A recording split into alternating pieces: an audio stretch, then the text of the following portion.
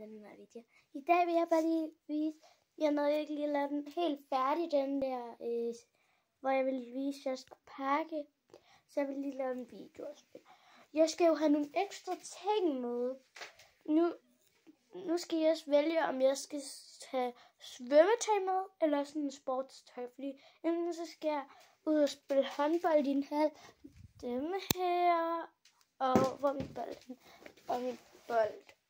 Og ellers så skal jeg svømmetøj.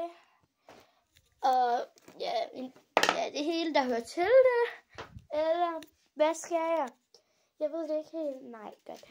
Men ja, ellers så skal jeg tage min dagbog med. Ja, det ved jeg heller ikke.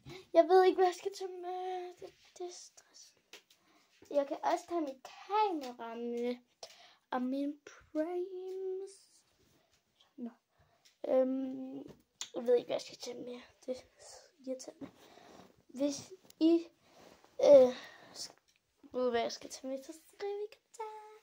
Please gør det. Jeg vil gerne vide, hvad jeg skal tage med. Skriv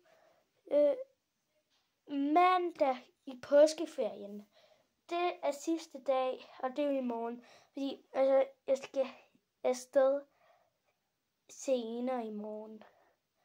Altså lidt aftentid. Lidt før aftensmad. Så jeg er væk. Ej. Nå. Hej, husk at skrive.